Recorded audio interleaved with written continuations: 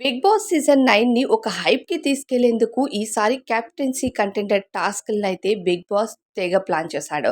దీనిలో captaincy contender అవ్వడానికి contestants అయితే ఒక్కొక్కరు వాళ్ళ 100% స్ట్రెంగ్త్‌ని పెట్టి తెగ ట్రై చేస్తున్నారని చెప్పాలి. ఇక మామూలుగా కొట్టుకోవట్లేదు హౌస్‌లో. నేను అవ్వాలి కెప్టెన్సీ కంటెండర్ అన్నట్టుగా ప్రతి ఒక్కరిలో ఉంది. ప్రతి ఒక్కరు అమ్మాయి, అబ్బాయి కూడా వాళ్ళ 100% స్ట్రెంగ్త్ పెట్టి ఆడుతున్నారు.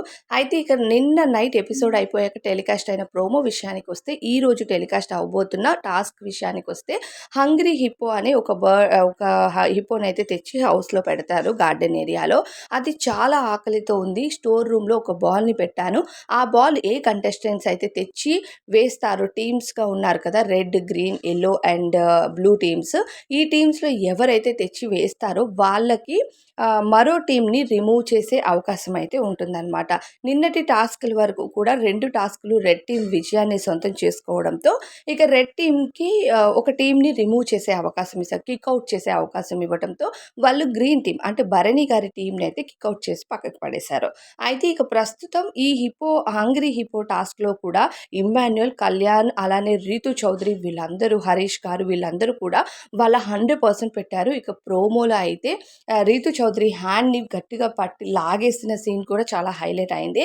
దాంతో పాటుగా ఇక హరీష్ గారు గానీ, కళ్యాణ్ కానీ, ఇమాన్యుయల్ కానీ పిచ్చ లెవెల్‌లో ఆడుతున్నారు. అంటే blue team and yellow team అని చెప్పాలి.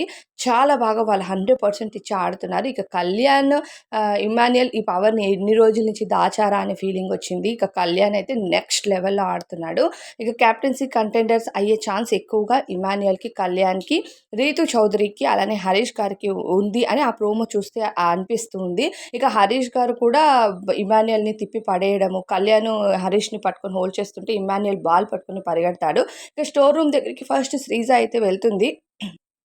కానీ శ్రీజ అంటే నార్మల్‌గా తను కంటెండెడ్ రేస్ నుంచి అయితే తప్పుకుంది. ఆ తర్వాత ఇమ్మాన్యుయల్ వెళ్లి ఆ బాల్‌ని కలెక్ట్ చేసుకొని పరిగెడుతూ ఉంటే, కళ్యాణ్, రీతూ చౌదరి అలానే హరీష్ వీళ్ళందరూ కూడా లాక్కున్న విజువల్స్ అయితే ప్రోమోలో హైలైట్‌గా మారాయి. ఇన్ని రోజుల నుంచి కళ్యాణ్ సత్తా ఎక్కడ దాచాడా అని ట్రోల్స్ తెగ అవుతున్నాయి. మరి మీకేమనిపిస్తుందో కామెంట్